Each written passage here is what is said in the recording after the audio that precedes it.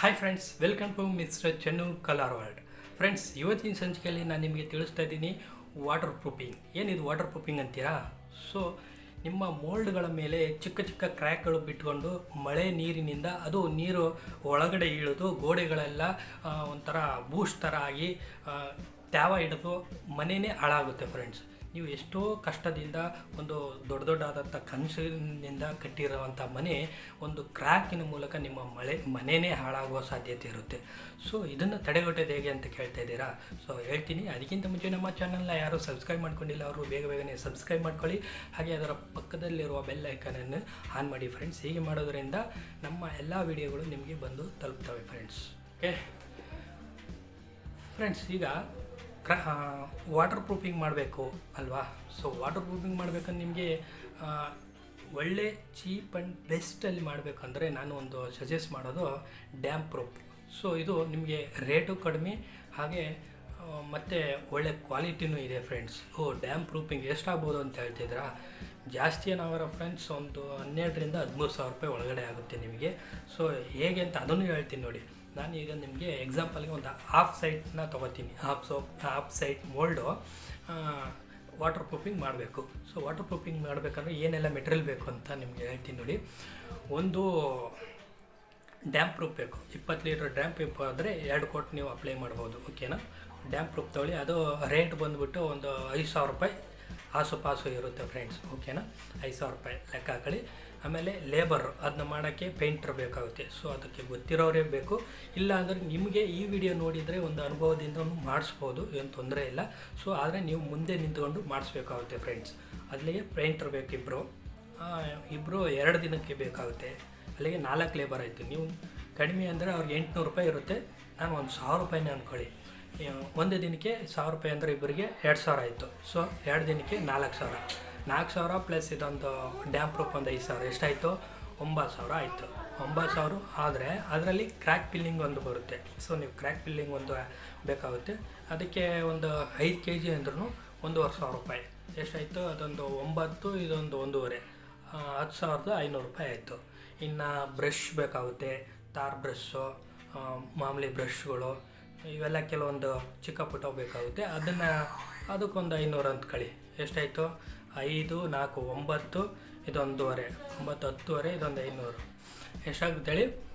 11,000 ರೂಪಾಯಿ ಆಗುತ್ತೆ. ಸೊ ನಾನು 13,000 ರೂಪಾಯಿ ಹೇಳ್ತಾ ಇದ್ದೀನಿ. ನೀವು ಒಂದು 13,000 ರೂಪಾಯಿ ಇಟ್ಕೊಂಡ್ರೆ ಆರಾಮಾಗಿ ವಾಟರ್ ಪ್ರೂಫಿಂಗ್ನ ಮಾಡಿಸ್ಬೋದು ಫ್ರೆಂಡ್ಸ್. ಸೊ ಈ ವಾಟರ್ ಪ್ರೂಫಿಂಗ್ ಹೇಗೆಲ್ಲ ಮಾಡಬೇಕಂತ ಆ ಪ್ರೊಸೀಜರ್ನ ಹೇಳ್ತಾ ಹೋಗ್ತೀನಿ, ಕೇಳಿಸ್ಕೊಳ್ಳಿ. ವಾಟರ್ ಪ್ರೂಫಿಂಗ್ ಮಾಡಬೇಕಂದ್ರೆ ಮೋಲ್ಡ್ ಕ್ಲೀನಾಗಿ ಎಲ್ಲ ಒಂದು ಕಡೆಯಿಂದ ನೀವು ಧೂಳನ್ನ ಹೊಡೆದ್ಬಿಡಿ. ಧೂಳು ಯಾವುದೇ ರೀತಿ ಒಂದು ಚೂರು ಧೂಳು ಇರಬಾರ್ದು ಫ್ರೆಂಡ್ಸ್.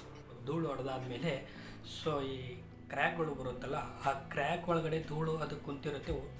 ಒಂದು ಬ್ಲೇಡ್ ಮುಖಾಂತರ ಓಪನ್ ಮಾಡಿಕೊಂಡು ಬ್ರಷ್ ಮೂಲಕ ಅಥವಾ ಒಂದು ಏರ್ ಮಿಷಿನ್ ಬರುತ್ತಲ್ಲ, ಅದು ಹಿಡಿದ್ಬಿಟ್ರೆ ಇರೋ ಎಲ್ಲ ಧೂಳು ಕಿತ್ಕೊಂಡ್ಬರ್ತದೆ ಫ್ರೆಂಡ್ಸ್.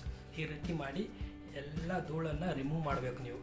ಟೆರಸ್ ಮೇಲೆ ಇರುವಂಥ ಒಂದು ಚೂರು ಗಲೀಜು ಇರಬಾರ್ದು. ಸೊ ಆ ರೀತಿ ಕ್ಲೀನಾಗಿ ರಿಮೂವ್ ಮಾಡಿ ಆಮೇಲೆ ನೀವು ವಾಟರ್ ಮೂಲಕ ವಾಶ್ ಮಾಡಬೇಕು.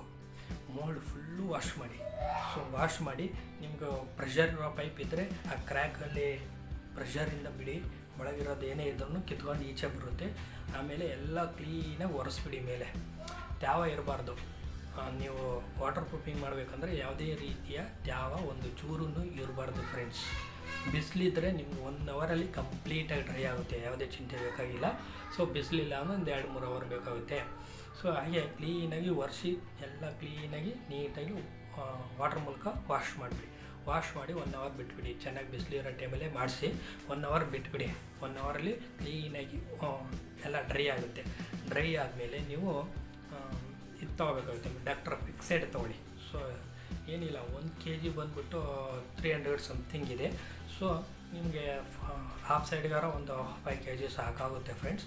ಸೊ ಒಂದು 5 kg ತೊಗೊಂಡ್ಬಿಟ್ಟು ಎಲ್ಲೆಲ್ಲಿ ಕ್ರ್ಯಾಕ್ ಇದೆ ಸೊ ಆ ಕ್ರ್ಯಾಕನ್ನ ನೀಟಾಗಿ ಒಂದು ಪಟ್ಟಿ ಬ್ಲೇಡ್ ಮುಖಾಂತರ ಫಿಲಪ್ ಮಾಡ್ಕೊಂಡು ಬನ್ನಿ.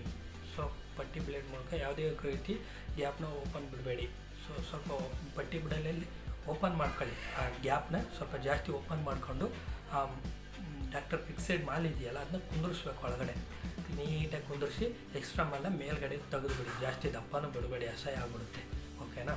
ಆ ಪೇಂಟ್ರಿಗೆ ಆಲ್ಮೋಸ್ಟ್ ಅದು ಗೊತ್ತಿರುತ್ತೆ, ಸೊ ಅವ್ರು ಮಾಡ್ತಾರೆ.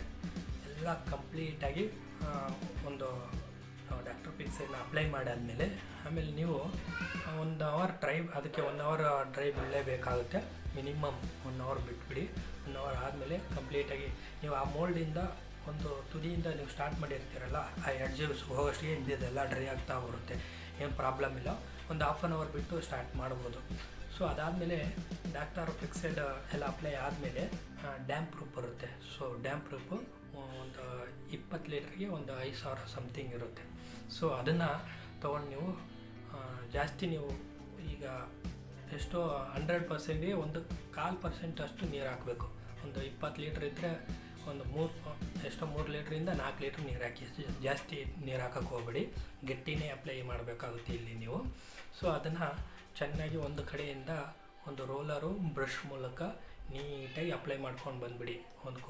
ನೀಟಾಗಿ ಒಂದು ಕೋಟ್ ಅಪ್ಲೈ ಮಾಡಿ ಆದಮೇಲೆ ಅದು 5 to 6 ಅವರ್ ಡ್ರೈ ಆಗೋಕ್ಕೆ ಟೈಮ್ ಬೇಕಾಗುತ್ತೆ ಫ್ರೆಂಡ್ಸ್.